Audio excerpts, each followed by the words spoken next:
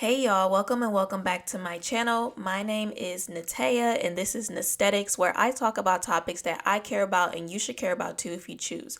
Today we are discussing Black women who choose single motherhood, Black marriage, and how this affects Black children and the Black community. This will be another podcast style video, so just sit back, relax, and enjoy listening to the content. Please watch the entire video before soliciting your thoughts in the comment section below. So recently, KeKe Palmer announced that she was pregnant, and I just want to say congratulations to her. While seeing her announcement, I saw a lot of comments on social media about her not being married and her becoming another statistic of being a Black single mother. I would like to preface that I am not judging KeKe or any woman for what she decides to do. So I want to start by reading some of the comments that I saw about KeKe Palmer after she announced that she was pregnant, and then I'll come back with the rest of my commentary. I just want us as Black people to stop having kids out of wedlock. This is coming from a child whose parents were never married and didn't stay together. It really sucks. My parents were married and it still ended. Leave people alone. People got married and still became single parents. Maybe y'all should start saying that women should choose better partners to have a child with, but being married stops nothing. Another user said, I am disappointed that KeKe Palmer boxed herself in the standard of the baby mama / having a child out of wedlock. I was really hoping that she will lead by example for the many young Black women that will follow her with marriage first and then a child. I do wish her a safe pregnancy and joyful motherhood. We are Black. We don't have nuptials, wedlock, or stable two-parent homes. Welcome. True statement. Black community always glorifying out of wedlock children. Wishing her a happy, healthy baby. She's going to be another statistic. Shaking my head. People are in the comments saying that here's another Black woman pregnant without a wedding ring. Being married doesn't automatically make everything perfect, and this is KeKe Palmer we're talking about. That baby gonna be fine, not to mention her family support team is on 110. Congratulations, KeKe Palmer. Another Black woman pregnant with no ring. Black babies go into single mother households, even with rich mamas. The endless cycle. Shaking my head. I agree and disagree. I see too many conversations around getting married, but not so many on preparation for marriage and staying married, if that is what a person wants. Both parents can live in the home and still be absent, and conversations on life after divorce are quiet. There's also less discussion about Black women fertility issues and its impact. Marriage can be a beautiful thing if it is desired by both parties who desire to continuously work on themselves and pour into each other. You don't have to be married to have or do this. It's best to raise a child if both parents are healthy. I'm tired of seeing Black women harped on for receiving a blessing of becoming a parent, and all we can focus on is whether they are married or not. But what about the father of the children? Now I would like to read this Twitter thread that I saw on Paris Milan's YouTube channel about KeKe Palmer having a child out of wedlock is a result of feminism. So this Twitter user said, KeKe Palmer having a child out of wedlock is the direct result of feminism. A Black child was more likely to be born into a married family than a white child before feminism infiltrated the Black community. Other people replied and said, mass incarceration is what destroyed Black families, not Black feminists. You would rather blame feminism than the actual power structures that caused the problem. Black feminism is the nail to the infrastructure's hammer of mass incarceration. Black feminism is a direct tool used by the infrastructure to incentivize Black women for parting ways with Black men, which leave them privy to things like mass incarceration. Another person replied and said, our great-grandparents are rolling around in their grave at this mess. It's the audacity that is the norm. Just an announcement like that in front of the audience. I need Black women to do better and not fall further prey. This is not where it's at. And then someone replied to this comment and said, your great-grandfather had outside kids and a whole other family. Stop. That'd be so true, though. But anyways, child, a lot of comments. I read, the negative comments, but of course there were some positive, a lot of positive comments congratulating KeKe Palmer and not saying anything negative about it. So now that I've read the comments, I want to start off by talking about why the Black community is so anti-single motherhood.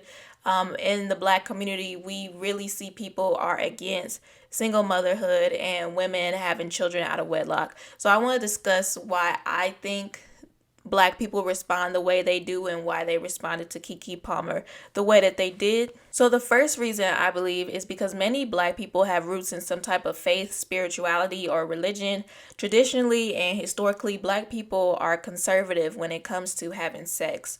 Black people who were raised religious were taught that marriage should come before children and there should really be no sex before marriage, but this generation is less religious, so of course that probably holds no weight to many Black young adults today. So because of the deep-rooted spiritual beliefs of many people a part of the Black community, I believe this is one of the reasons people negatively react to Black women who are single mothers and who announce their pregnancies and are not married. Historically, Black people have been conservative when it comes to sex. I remember I watched a YouTube video by Intellectual Media. She does a lot of good historical videos, very long videos, which I enjoy. And I believe it was her video. I don't know if it was about virginity or the history of sex. I forgot what it was, but she was talking about during some time period in the 1900s, maybe 1950s, I had to check, that Black people were less likely to participate in fellatio and like oral sex than their white counterparts. So historically, Black people have always been conservative about sex. And I think this is one of the reasons why the Black community responds the way that they do when they see a woman is pregnant and unmarried. Secondly, the stereotype of the baby mama and welfare queen, I believe, is another reason. Black single mothers are the only ones that get called baby mamas. And baby mama has become a derogatory term, in my opinion, and that word has a negative connotation when you hear it. When you hear the phrase baby mama, you think of Black single mothers with multiple kids, multiple baby daddies, and the woman being on welfare. Baby mamas are often stereotyped as welfare queens, which is a derogatory trope used against Black women to claim that they are lazy, don't want to work, and just want a handout from the government. When women of other races are single mothers, they are called single mothers and not baby mamas. So I think another reason Black people are so against single motherhood is because of the baby mama and welfare queen stereotype that they know will be attached to those women. And unfortunately, Black people, many of us have unrelated fictive kinship when it comes to other Black people, which means that we care about what other Black people are doing because we care about our collective image and how non-Black people will perceive us. For example, if we see another Black person we are not related to doing something we don't agree with, we feel ashamed and we feel like that person is a reflection of the entire Black community. Like, if you're a Black person listening to this, think about a time you've watched the news and saw that someone committed a crime. You wait for them to reveal who committed the crime, hoping the person isn't Black. And when you do hear the news and you hear about a crime that was committed in your city or a national crime, a lot of Black people automatically are like, was the person Black? You know, was the person that committed the crime Black? Like, that's an example of unrelated fictive kinship. I actually have a blog article about unrelated fictive kinship that I wrote some years ago. So if you want to learn more about unrelated fictive kinship, what that terminology means and where it comes from, I will put a link in the description box of the article that I wrote some years back about it. So this whole theory of unrelated fictive kinship applies to KeKe Palmer as well. Even though we are not related to her, some Black people are ashamed to see she is pregnant because they feel like she is falling into the baby mama stereotype and that it looks bad on the community. However, the Kardashians, who are also baby mamas, do not receive the same backlash from their communities. And I'm sure the white community feels no ways about the Kardashians and what they decide to do, or feel as if it's a reflection of them collectively. Third and lastly, I believe historically the Moynihan report has also impacted why Black people view single motherhood the way that they do. Because of statistics and reports like this one that have stated that Black single women-led households impede the Black community's progress, many Black people are very against Black single motherhood. I have not read the Moynihan report in its entirety, but one day soon I would like to. The full document's title is The Negro Family, The Case for National Action. It was released in 1965. It's about 76 pages long. It is available online to read if you like, and I'll link it in the description box. But the summary of the report argues that the decline of the Black nuclear family, which means, two-parent household, would significantly impede Blacks' progress towards economic and social equality.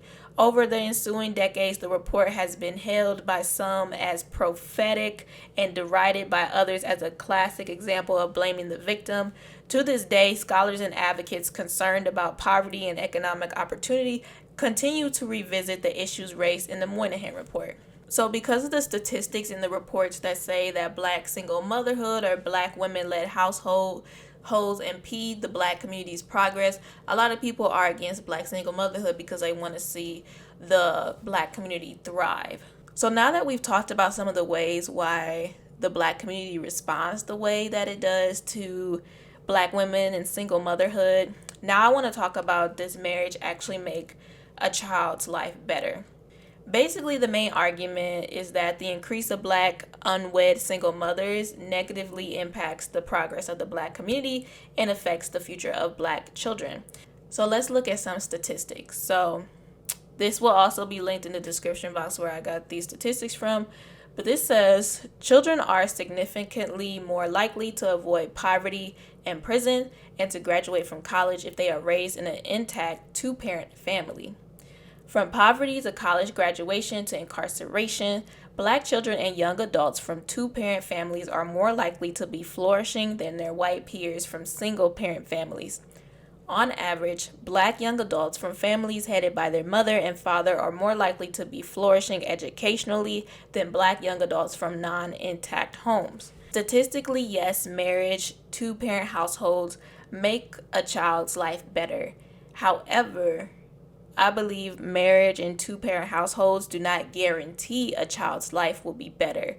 For example, you can grow up with two parents who are married or in a two-parent household, and both parents can be toxic. They can be traumatized, and they can be spreading that generational trauma to you and causing trauma onto you, causing a whole bunch of childhood trauma that you have to carry with you to the rest of your life and heal from. To me, the most important thing is that two people who are married or cohabiting together raising a child, they both need to be individuals working towards a healthy relationship with each other. Many ways, marriage is treated as a business contract, and in many ways it is. Once you're married to someone, you become one financially, and then you get to pass on wealth to your children, etc.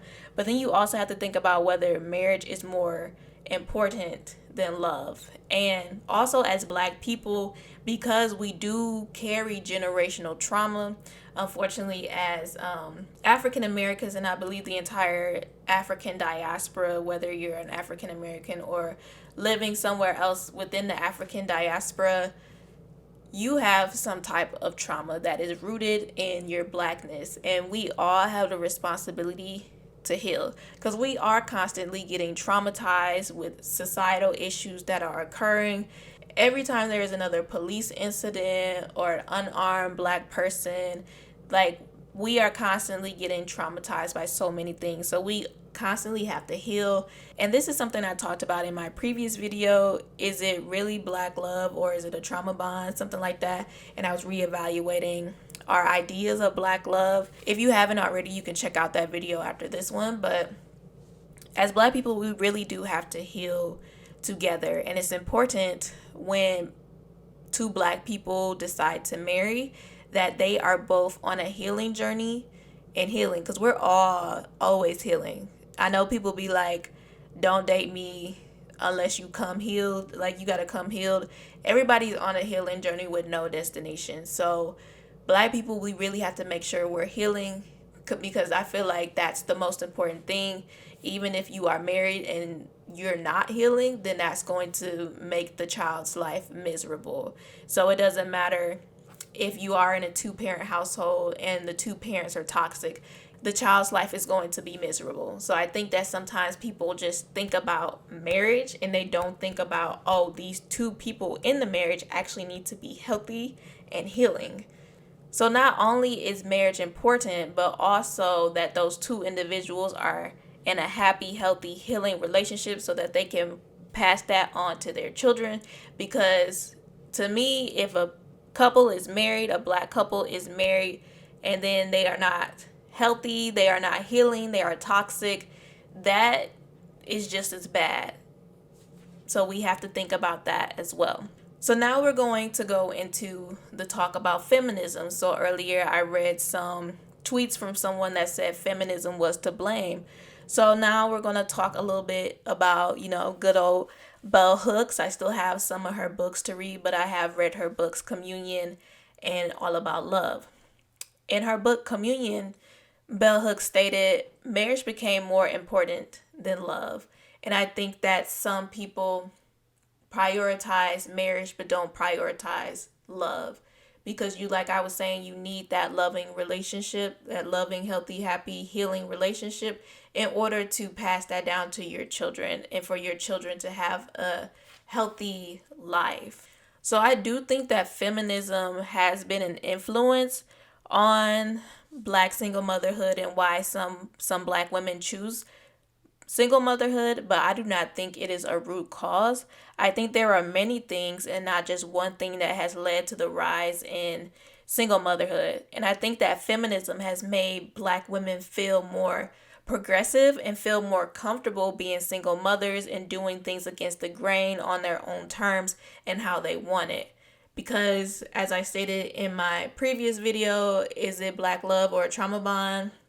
Whatever the actual title of that video is, many black women, like back in the day, used to just stay with their partners even though they were abusive, even though they were cheating. Just like that one tweet was saying, like, your grandfather had a whole outside family. Like, a lot of our grandmothers would still stay with the grandfathers. So I feel like today some black women are choosing to be single mothers because the person or the father of their children, they do not want to stay with them, or something has happened where they don't think that they are a good fit to be with them in a romantic relationship. And also Bell Hooks has talked about this community of love and care. So I'm going to read a quote from All About Love where Bell Hooks, she said, "Communities sustain life, not nuclear families or the couple, and certainly not the rugged individualist." Based on what I've read from Bell Hooks, I believe that she was more for communities of love and communities of care, meaning that your nuclear family, your parents, your two-parent household, those are not the only people that are supposed to show you love or supposed to show you care. And like the quote says, like, it takes a village to raise a child. I really feel like that was the energy Bell Hooks is giving with community of care and love. I believe she was saying a community can raise you. I don't necessarily agree with that. I do believe it is important to have a community of care. It's important to have, other individuals outside of your parents who are showing you love, who are showing you care, who are helping to raise you and sustain you. But I do not believe a community of care should replace a two-parent household. I think a community should be a supplement to a child growing up and not a replacement. But I don't know any statistics about what it's like for, or what the outcomes are like for a child who grew up in a community of care versus a two-parent household. Just like vitamins. Vitamins are a supplement for us to take, in case we're not getting the vitamins that we need from the food we're eating. But a vitamin is not supposed to replace us eating fruits and vegetables and eating the things that we need to get the vitamins we need. So community of care is a supplement to me and not a replacement to a two-parent household. Lastly, we're going to talk about why black women aren't getting married. So marriage rates are down, not just for all black people, but for all races. But here are some of the reasons that I think black women aren't getting married. One, black women are career driven, and that isn't necessarily a bad thing, because black women can sustain themselves financially and they're focused on their career success. Some may not have as big of a desire to get married or have kids and are okay with being alone. Another reason I think is because of money, which similarly goes with career. I've been hearing more discussions about hypergamy among black women, which means that they desire to date up and date someone who makes more money than them. Because marriage is seen more as a contract than a loving relationship, If a black woman who has a higher education or a good career, she may feel like marriage is not beneficial to her if she dates a black man who makes less than her. Because we know that black women are the least likely to date outside of their race, so they're most likely going to be dating black men. So if you look at the median income for black women and men, they are very similar. So that makes me question, are black women actually making significantly more than our male counterparts, or is this a wage gap, or what is this? I'm genuinely curious because we've been seeing a lot of black women in college getting higher degrees, but I guess that doesn't necessarily mean that they're making more money, even though I feel like if you have a higher degree, you should be making more money. I think some women still are traditional minded when it comes to a man's role in a relationship being the protector and the provider. So they want someone who makes more money than them. But I'm not married yet, but I would think that a man can still protect and provide even if he makes less money than the woman. But, I don't know that for sure because I've never been in that position. But I believe that a man making less money than a woman doesn't make him less of a man. I think with relationships, we really have to look at the bigger picture, asking yourself, can this person fulfill my needs physically, spiritually, emotionally, and financially? And it's like, okay, if someone can sustain and fulfill your needs financially, but they can't fulfill your needs physically, spiritually, emotionally, then for me personally, like I would not feel fulfilled. But then it's also like, okay, someone can fulfill your needs emotionally, physically, spiritually, but not financially. I feel like that's a problem too. So it's like it's a double-edged sword, honestly. It's a double-edged sword because all of these things are important in relationships, and as a society we have made them important. We have made finances important in a relationship, and of course finances are needed if you want to raise a family or if you want to cohabit together, if you want to be with someone. So final thoughts, I am happy for KeKe and hope that she has a healthy pregnancy and healthy baby. Another thing we have to remember is that KeKe is a celebrity. Her being an unmarried mother or a quote unquote baby mama, whatever you want to call her, will look differently compared to an everyday black woman who does not have as much wealth as her. I feel like this won't be the last time I'll talk about this topic. I would like to do more research and reading before discussing this topic more. A few of these readings are a book called Is Marriage for White People? I recently discovered this book, and it's an older book, and I think the author, he was talking about, just marriage rates among black people, why black people aren't getting married, things like that. So I definitely want to read that book. Also want to read the Moynihan Report in its entirety.